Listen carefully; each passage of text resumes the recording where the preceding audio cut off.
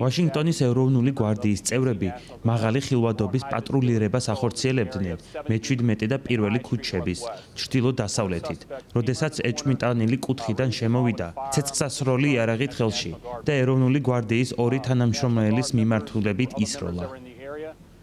ამ ტერიტორიაზე მათ გარდა სხვა თანამშრომლებიც იმყოფებოდნენ. მათ შეძლეს მსროლელის დაჭერა და რამდენიმე წამში დაკავება.